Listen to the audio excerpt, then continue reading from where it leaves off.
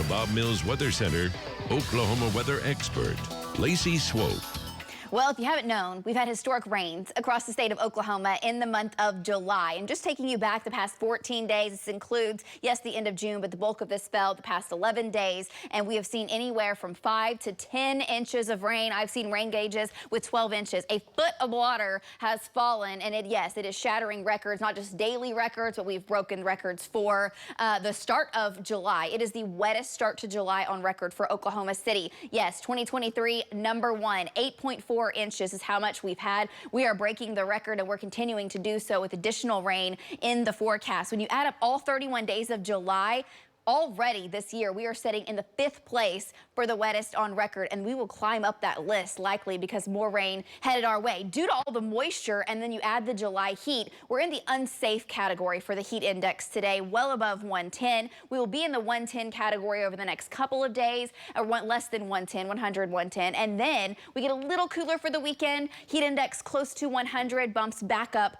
early next week. Excessive heat warnings, that is out to just alert you, especially folks that work outdoors or will be outdoors during peak heating. It can be very dangerous. It can take your life. We lose more folks across the country to heat than we do any other weather element. So please stay hydrated, find ways to stay cool. But I got to get the latest storm data. That complex moving through Iowa, the tail end of that will bring some storm chances to the northeast tonight, and rain and storm chances, severe risk is going up for tomorrow night. Currently tracking a little rain in the west near Arnett, west of Roll, west of Cheyenne, few strikes of lightning, not severe. Crystal clear on our Lucky Star Skycam network in downtown, 79. Heat index already a factor. Air temp upper 70s, low 80s. Heat index is closing in on 90 down in Washington, 91 in Hobart. Way too hot. Mid 90s in southern Oklahoma already. South winds up a little bit today, helping to at least mix things around, move the air around, and the maximum heat index, that is a nasty map, isn't it? 105 to 115 today for feel-like temperatures. Hour by noon, heat index expected to be 100 in Oklahoma City,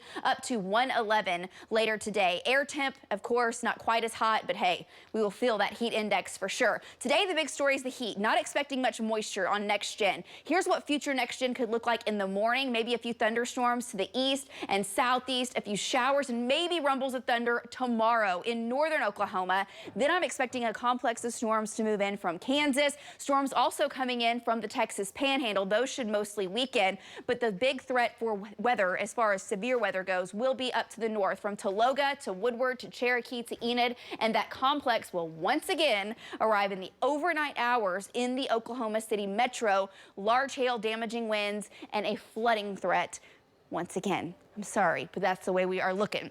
20% chance of rain in Oklahoma City tonight. Better chance will be off to the east. I think tonight, most folks will sleep, okay? Most folks will be able to go to bed. You won't be woken up. We will see. It's a low risk for severe weather east of Tulsa. Mid-70s tonight, and then tomorrow, mid-upper 90s. Once again, dangerous heat in the afternoon. Heat index 100, 110. Some areas may be slightly hotter with a 20% chance of rain. That chance goes up in the evening, likely right around 10 o'clock in the evening. Storms coming in from the west. We'll have to watch those. And the complex comes in from the north, scoots across northern Oklahoma, and those chances are in the likely category.